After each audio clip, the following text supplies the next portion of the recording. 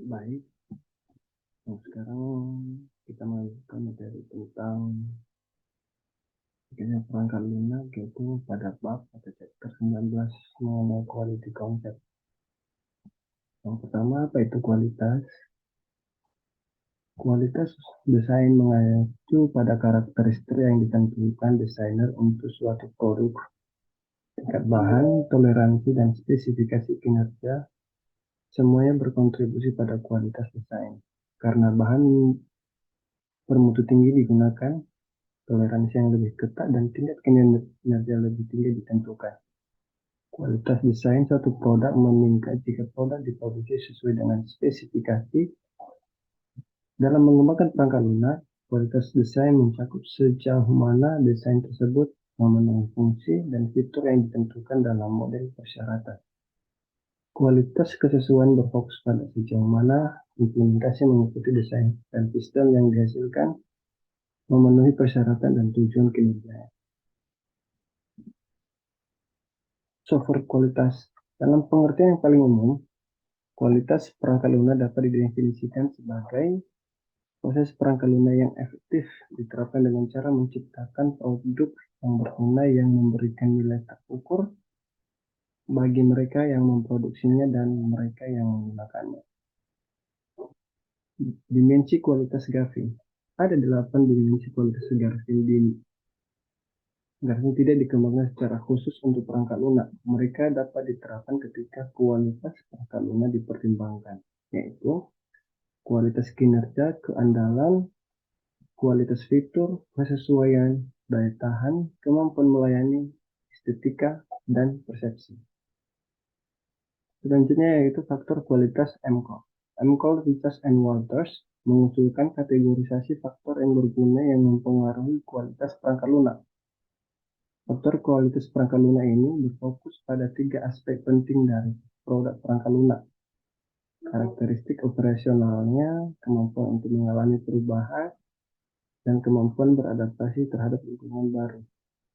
Merujuk pada faktor-faktor, MCOL dan rekan-rekannya memberikan gambaran sebagai berikut, yaitu 1. Ketetapan, 2. Keandalan, 3. Kegunaan, 4. Integritas, dan terakhir yaitu efisiensi. Faktor kualitas ISO 9126 ini dikembangkan dalam upaya untuk mengidentifikasi atribut kualitas kunci untuk perangkat lunak komputer. Standar ini mengidentifikasi 6 atribut kualitas utama, yaitu dimulai dari kegunaan, keandalan, kegunaan, efisiensi, pemeliharaan, dan portabilitas. Selanjutnya itu faktor kualitas yang ditargetkan. Untuk melakukan penilaian, kita harus menangani atribut antarmuka yang spesifik dan terukur atau sekiranya dapat dikenali, misalnya intuitif, efisiensi, kekokohan, dan kekayaan. Mari selanjutnya kita masuk pada chapter 20 yaitu review teknis. Tujuan utama dari tinjauan teknis adalah untuk menemukan kesalahan selama proses sehingga tidak menjadi cacat setelah rilis perangkat lunak. Manfaat nyata dari tinjauan teknis adalah penemuan kesalahan lebih awal sehingga tidak menyebar ke langkah selanjutnya dalam proses perangkat lunak. Spektrum formalitas. Setiap karakteristik model referensi membantu untuk menentukan tingkat formalitas tinjauan. Formalitas review atau formalitas tinjauan meningkat ketika yang pertama, peran yang berbeda secara eksplisit didefinisikan untuk reviewer. Yang kedua, ada perencanaan dan persiapan yang cukup untuk review. Yang ketiga, struktur yang berbeda untuk review termasuk tugas dan pekerjaan internal produk didefinisikan. Yang keempat, tindak lanjut oleh reviewer terjadi untuk setiap koreksi yang dibuat. Tinjauan teknis mengidentifikasi 4 karakteristik yang berkontribusi pada formalitas yang dilakukan tinjauan, yaitu yang pertama yaitu perencanaan dan persiapan, pertemuan struktur, koreksi, dan verifikasi, dan yang terakhir itu peran individu. Informal reviews. Salah satu cara untuk meningkatkan keefektifan tinjauan cek meja adalah mengembangkan satu set daftar periksa sederhana untuk setiap produk kerja utama yang dihasilkan oleh tim perangkat lunak. Nah, selanjutnya itu tinjauan teknis formal. Formal teknis reviews adalah aktivitas kontrol kualitas perangkat lunak yang dilakukan oleh teknik perangkat lunak dan lainnya. Tujuan FTR adalah atau tinjauan review adalah satu mengungkapkan kesalahan dan dalam fungsi logika atau implementasi untuk setiap representasi perangkat lunak. Yang kedua yaitu untuk memverifikasi bahwa perangkat lunak yang ditinjau memenuhi persyaratannya. Yang ketiga, untuk memastikan bahwa perangkat lunak telah direpresentasikan sesuai dengan standar yang telah ditentukan sebelumnya. Yang keempat yaitu untuk mencapai perangkat lunak yang dikembangkan secara seragam. Dan yang terakhir itu untuk membuat proyek lebih mudah dikelola. Selain itu, FCR ini berfungsi sebagai tempat pelatihan, memungkinkan teknik junior untuk mengamati pendekatan yang berbeda untuk dianalisis, desain, dan implementasi perangkat lunak.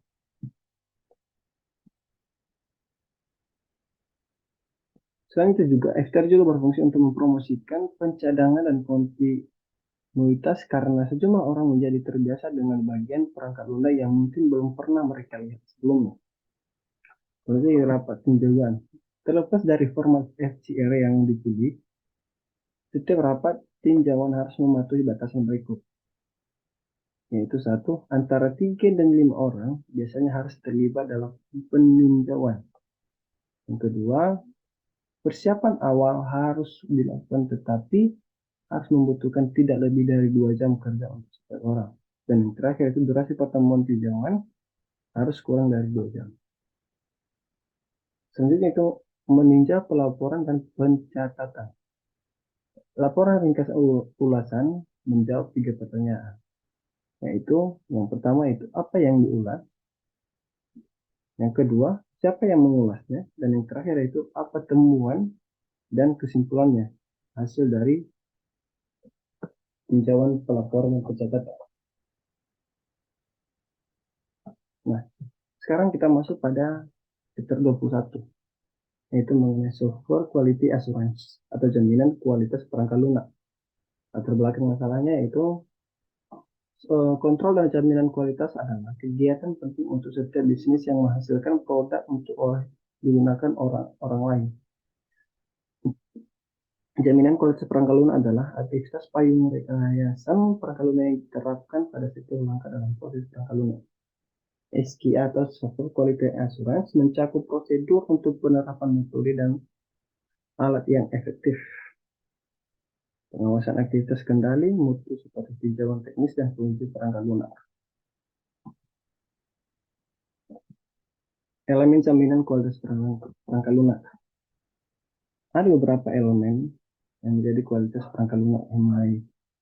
Ini dapat diringkas dengan cara berikut, yaitu mulai dari standar, ulasan dan audit, pengujian, pengumpulan dan kesalahan atau cacat, perubahan manajemen, pendidikan, manajemen vendor, manajemen keamanan, dan keamanan, manajemen risiko.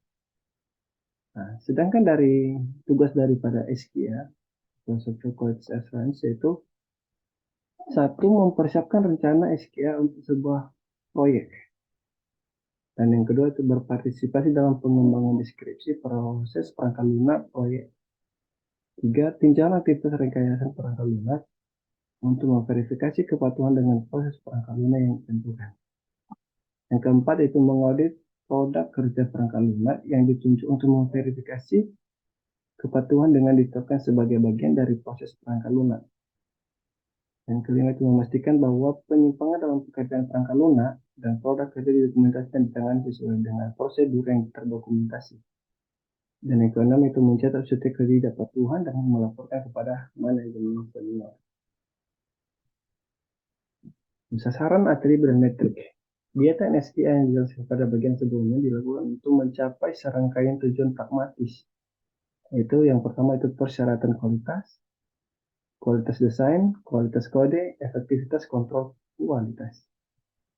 Selanjutnya itu keamanan perangkat lunak. Keamanan perangkat lunak adalah aktivitas jaminan kualitas perangkat lunak yang berfokus pada identifikasi dan penilaian potensi bahaya yang dapat mempengaruhi perangkat lunak secara negatif dan menyebabkan kegagalan seluruh sistem. Sekarang kita masuk pada chapter 22 yaitu mengenai software testing strategi atau strategi pengujian perangkat lunak. Testing adalah sekumpulan kegiatan yang dapat direncanakan sebelumnya, dilakukan secara sistematis. Untuk alasan ini, template untuk pengujian perangkat lunak, serangkaian langkah di mana kita dapat menempatkan teknik desain kasus uji dan metode pengujian khusus harus ditentukan untuk proses perangkat lunak. Verifikasi dan validasi. Pengujian perangkat lunak adalah salah satu elemen dari topik yang lebih luas yang saya disebut dengan verifikasi dan validasi. Verifikasi mengacu pada serangkaian tugas yang memastikan bahwa perangkat lunak dapat mengimplementasikan fungsi tertentu dengan benar.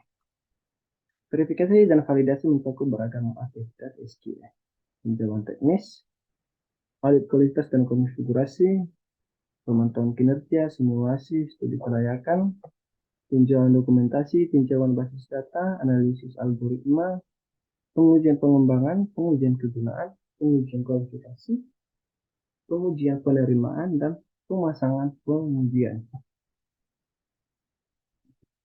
Strategi pengujian pada web application. Strategi pengujian web application mengadopsi prinsip dasar untuk semua pengujian perangkat lunak dan menerapkan strategi dan taktik yang digunakan untuk sistem berorientasi objek. Langkah-langkah berikut merangkum pendekatan tersebut. Yaitu yang pertama itu model konten untuk web application ditinjau untuk mengungkap kesalahan. Model antarmuka ditinjau untuk memastikan bahwa semua kasus pengguna dapat diakomodasi. Dan ketiga itu model desain untuk web application ditinjau untuk mengungkap kesalahan navigasi. Yang keempat itu antarmuka pengguna diuji untuk mengungkap kesalahan dalam mekanisme presentasi dan atau navigasi. Setiap komponen fungsional harus diuji uniknya. Yang keenam yaitu navigasi di seluruh diuji. Yang ketujuh, application diimplementasikan dalam berbagai konfigurasi. Dan yang ke-8 yaitu tes keamanan dilakukan dalam upaya mengeksploitasi kerentanan di application atau di dalam lingkungannya. Sedangkan strategi pengujian pada mobile apps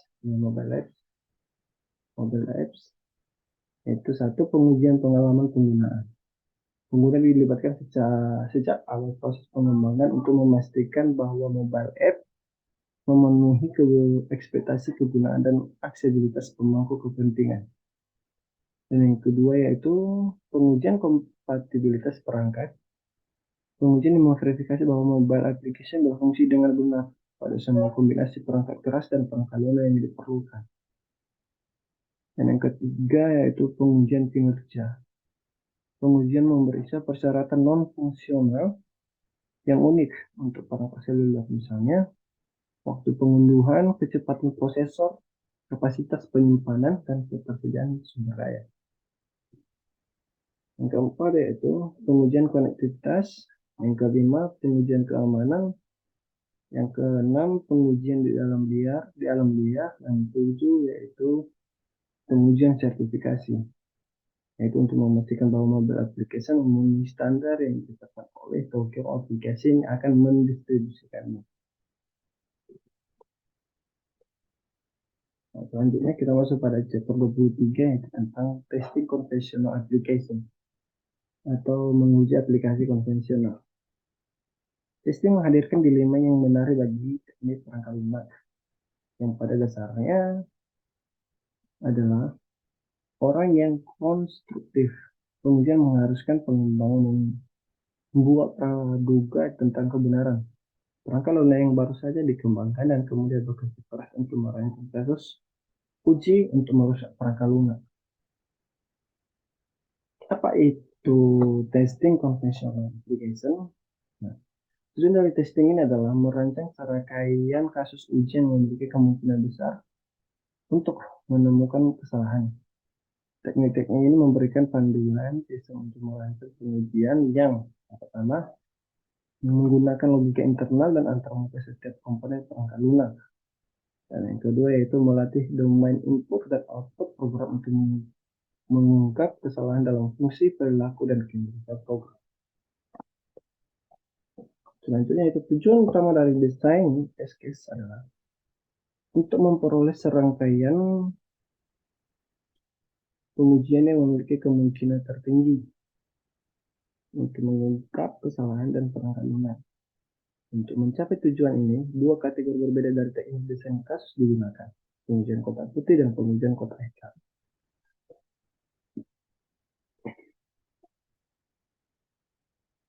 Tujuan pengujian internal dan eksternal. Tes kotak putih fokus pada struktural control program. Uji kasus diturunkan untuk memastikan bahwa pernyataan dalam program telah dieksekusi setidaknya sekali dalam pengujian dan bahwa semua kondisi logis telah dilakukan. Pengujian jalur dasar teknik kotak putih memanfaatkan grafik program atau matriks grafik untuk mendapatkan serangkaian pengujian independen linear yang menyelesaikan cakupannya. Sedangkan tes kotak hitam dirancang untuk memvalidasi persyaratan fungsional tanpa memperhatikan cara kerja internal suatu program. Ini pengujian black box berfungsi pada domain informasi perangkat lunak, menentukan kasus uji dengan mempartisi domain input dan output dari suatu program dengan cara yang menyediakan cakupan pengujian menyeluruh.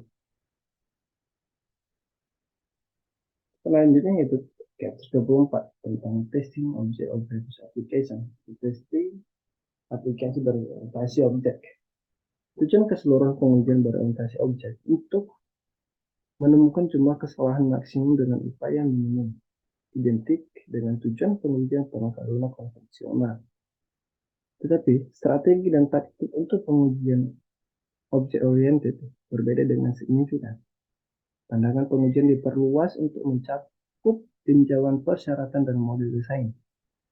Selain itu, fokus pengujian menjauh dari komponen prosedural ke modul dan menuju kelasnya.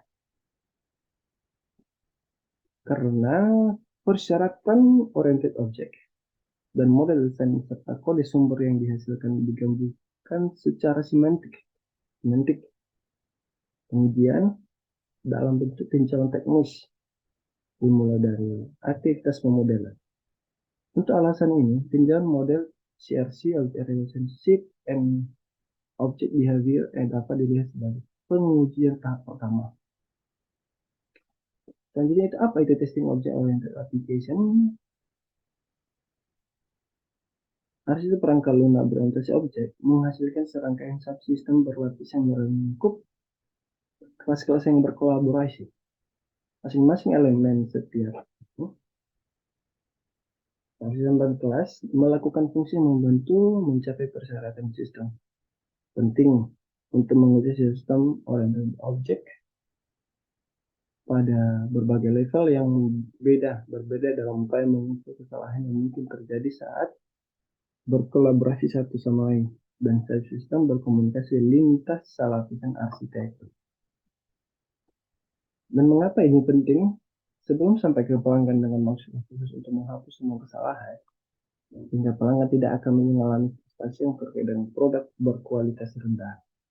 Untuk menemukan kesalahan yang sebanyak mungkin, pengujian harus dilakukan secara sistematis dan kasus pengujian harus dirancang dengan menggunakan teknik disiplin.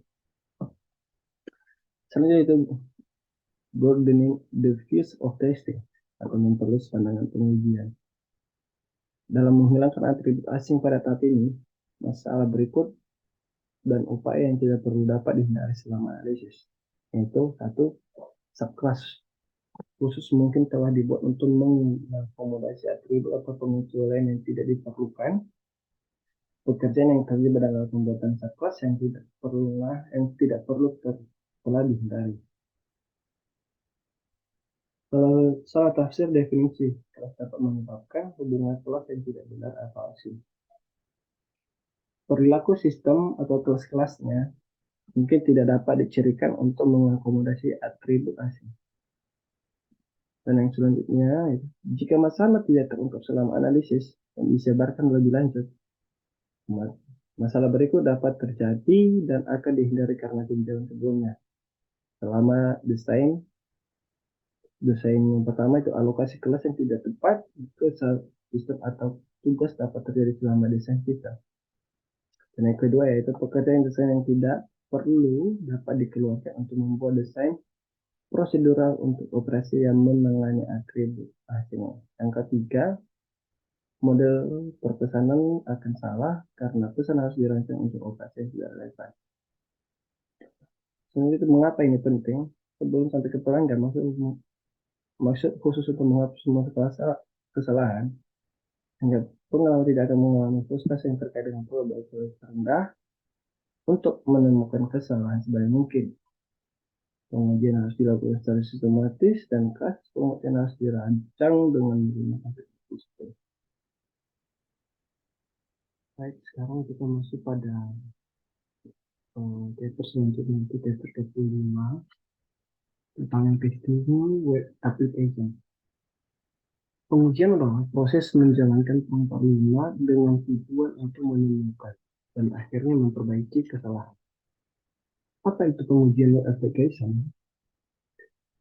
Adalah kumpulan aktivitas terkait dengan satu tujuan, yaitu untuk mengungkap kesalahan dalam konten, fungsi, kegunaan, web application, navigasi, performa, kapasitas, dan keamanan.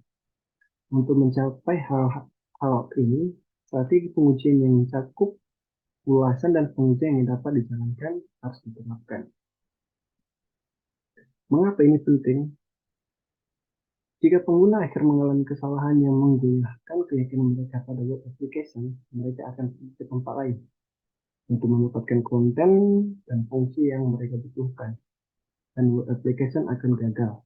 Untuk alasan ini, kita harus bekerja untuk menghilangkan kesalahan sebanyak mungkin sebelum web application online. Tujuan pengujian web application adalah untuk melatih masing-masing dari banyak dimensi kualitas web application dengan tujuan menemukan kesalahan atau mengungkap kesalahan dan masalah yang dapat menyebabkan kegagalan kualitas. Pengujian berfokus pada konten, fungsi, struktur, kegunaan, navigasi, kinerja, kompatibilitas, interoperabilitas, kapasitas, dan keamanan. Rencana pengujian web application dikembangkan dan mengidentifikasi langkah-langkah pengujian produk kerja, misalnya kasus pengujian, dan mekanisme untuk evaluasi hasil pengujian. 7 langkah pengujian yang dilakukan, yaitu pengujian konten, antarmuka, navigasi, komponen, konfigurasi, kinerja, dan pengujian keamanan. Pengujian konten berfokus pada berbagai kategori konten. Tujuannya adalah untuk mengungkap kesalahan semantik dan sintaksis yang mempengaruhi keakuratan konten atau cara penyampaian kepada pengguna akhir. Pengujian antarmuka yaitu menjalankan mekanisme interaksi yang memungkinkan pengguna berkomunikasi dengan web application dan memvalidasi aspek estetika antarmuka. Tujuannya adalah untuk mengungkap kesalahan yang dihasilkan dari mekanisme interaksi yang diterapkan dengan buruk atau dari kelalaian, ketidakkonsistenan atau ambiguitas dalam semantik antarmuka. Selanjutnya itu pengujian navigasi yang menerapkan kasus penggunaan yang diturunkan sebagai bagian dari aktivitas pemodelan dalam desain kasus pengujian yang menerapkan skenario penggunaan terhadap desain navigasi. Selanjutnya itu pengujian komponen melatih konten dan unit fungsional dalam web application. Selanjutnya itu materi selanjutnya Capture 26 tentang testing mobile apps. Apa itu pengujian mobile application? Yaitu kumpulan aktivitas terkait dengan satu tujuan, yaitu mengungkap kesalahan dalam konten, fungsi, penggunaan mobile application. kemampuan navigasi, kinerja, kapasitas, dan keamanan. Tentu untuk mencapai hal ini, strategi pengujian yang mencakup ulasan dan pengujian yang dapat dijalankan diterapkan. Mengapa ini penting? Jika pengguna akhir mengalami kesalahan atau kesulitan dalam mobile application, mereka akan pergi ke tempat lain untuk konten dan fungsi yang dipersonalisasi yang mereka butuhkan. Untuk alasan ini, kita harus bekerja untuk menemukan dan memperbaiki kesalahan sebanyak mungkin sebelum mobile application ditempatkan di App Store atau repository. Tujuan pengujian mobile application yaitu adalah untuk melatih setiap dimensi kualitas mobile application dengan maksud untuk menemukan kesalahan atau mengungkap masalah yang dapat menyebabkan kegagalan kualitas. Pengujian berfokus pada elemen kualitas seperti konten, fungsi, struktur kegunaan, penggunaan konteks, kemampuan navigasi, performa, manajemen daya kompatibilitas, interoperabilitas, kapasitas, dan keamanan. Strategi pengujian mobile application menjalankan setiap dimensi. Dengan terlebih dahulu memeriksa unit atau konten, fungsionalitas, atau navigasi. Pengujian konten berfokus pada berbagai kategori konten yang bertujuan untuk memeriksa kesalahan yang mempengaruhi pengujian konten pada pengguna akhir. Dengan pengujian antarmuka menjalankan mekanisme interaksi yang menentukan pengalaman pengguna yang disediakan oleh mobile application yang bertujuan untuk mengungkap kesalahan yang terjadi pada saat mobile tidak diperkenalkan konteks perangkat pengguna dan lokasi.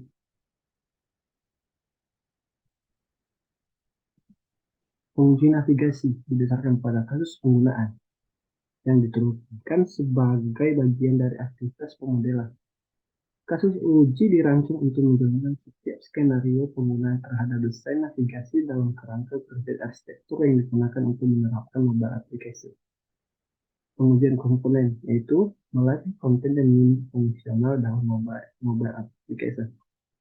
Selanjutnya itu pengujian konfigurasi yang berupaya mengungkap kesalahan atau masalah kompatibilitas yang khusus untuk perangkat atau lingkungan tertentu. Selanjutnya itu Capture 27, yaitu Security Engineering. Keamanan merupakan prasyarat penting untuk faktor kualitas perangkat lunak seperti integritas, ketersediaan, keandalan, dan keamanan. Dengan menggunakan analisis ancaman, kita dapat membatasi kontrol yang diperlukan untuk mengurangi paparan yang dihasilkan saat serangan mengeksploitasi kerentanan sistem. Dalam pengertian sederhana, keamanan perangkat lunak menyediakan mekanisme yang memungkinkan sistem perangkat lunak melindungi asalnya dari serangan. Pemodelan keamanan. Pemodelan adalah proses penting untuk menentukan menganalisis persyaratan model keamanan adalah deskripsi formal dari sistem perangkat lunak kebijakan keamanan. Kebijakan keamanan memberikan definisi keamanan sistem yang menangkap persyaratan keamanan tujuan keamanan utamanya dan juga berisi aturan yang menjelaskan bagaimana keamanan harus ditegakkan selama operasi sistem. Model keamanan dapat direpresentasikan menggunakan teks atau formalisme grafis.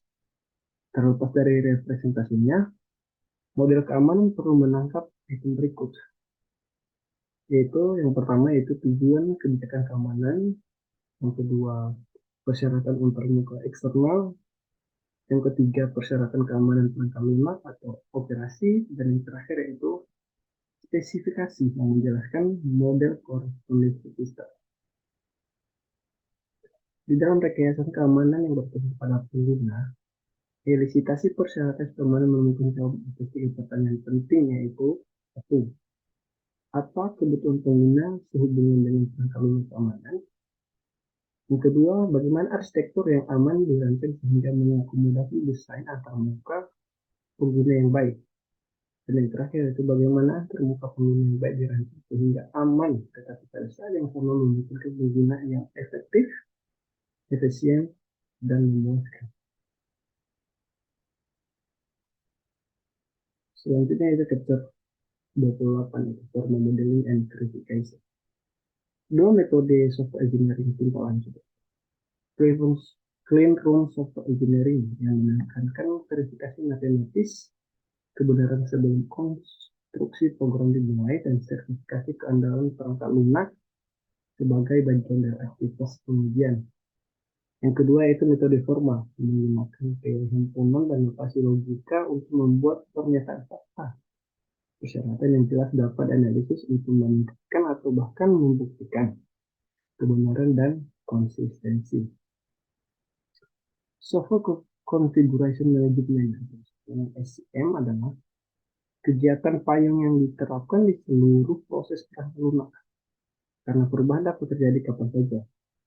Aktivitas SCM dikembangkan untuk yang pertama yaitu mengidentifikasi perubahan, mengendalikan perubahan, memastikan bahwa perubahan diterapkan dengan benar, dan yang terakhir yaitu untuk melaporkan perubahan kepada orang lain yang mungkin berkepentingan.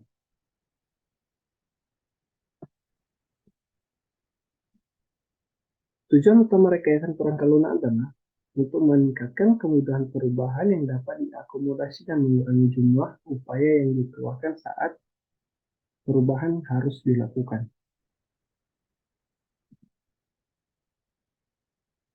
Kontrol perubahan adalah aktivitas prosedural yang memastikan kualitas dan konsistensi saat perubahan dilakukan pada objek konfigurasi. Proses kontrol perubahan dimulai dengan permintaan perubahan mengarah ke keputusan untuk membuat atau menolak permintaan perubahan, dan memuncak dengan pembaruan terkontrol dari SCI yang akan diubah. Pada configuration adalah aktivitas SCI yang membantu memastikan bahwa kualitas dipertahankan saat perubahan dilakukan. Pelaporan saat harus memberikan informasi tentang setiap perubahan kepada mereka yang mengetahuinya. Selanjutnya itu chapter yang 30, terakhir itu mengenai product matrix. Nah, matrix produk membantu insinyur perangkat lunak mendapatkan wawasan tentang desain dan konstruksi perangkat lunak yang mereka bangun dengan berfokus pada atribut produk kerja rekayasa perangkat lunak yang spesifik dan terukur. Pengukuran adalah proses di mana angka atau simbol diberikan pada atribut entitas di dunia nyata sedemikian rupa untuk mendefinisikannya sesuai dengan aturan yang didefinisikan dengan jelas. Agar berguna dalam konteks dunia nyata, metrik perangkat lunak harus sederhana dan dapat dihitung, persuasif, konsisten, dan objektif. Itu harus bahasa pemrograman independen dan memberi Anda umpan balik yang efektif. Langkah-langkahnya yaitu, langkah pertama, dalam proses pengukuran, untuk menurunkan perangkat lunak, ukuran dan metrik yang sesuai dengan untuk representasi perangkat lunak yang sudah dipertimbangkan. Dan selanjutnya, data yang diperlukan untuk menurunkan metrik yang dirumuskan dikumpulkan. Setelah dihitung, metrik yang sesuai dianalisis berdasarkan pedoman yang telah ditetapkan sebelumnya dan data sebelumnya. Hasil analisis ditafsir untuk mendapat wawasan tentang kualitas perangkat lunak, dan hasil interpretasi mengarah pada modifikasi persyaratan dan model desain. Kode sumber atau kasus uji dalam beberapa kasus ini juga dapat menyebabkan modifikasi proses perangkat lunak itu sendiri. Baik, demikian pemaparan materi tentang rekayasa perangkat lunak mengenai konsep kualitas software atau rekayasa perangkat lunak. Jika ada kekurangan atau kesalahan, mohon dimaklumi. Terima kasih.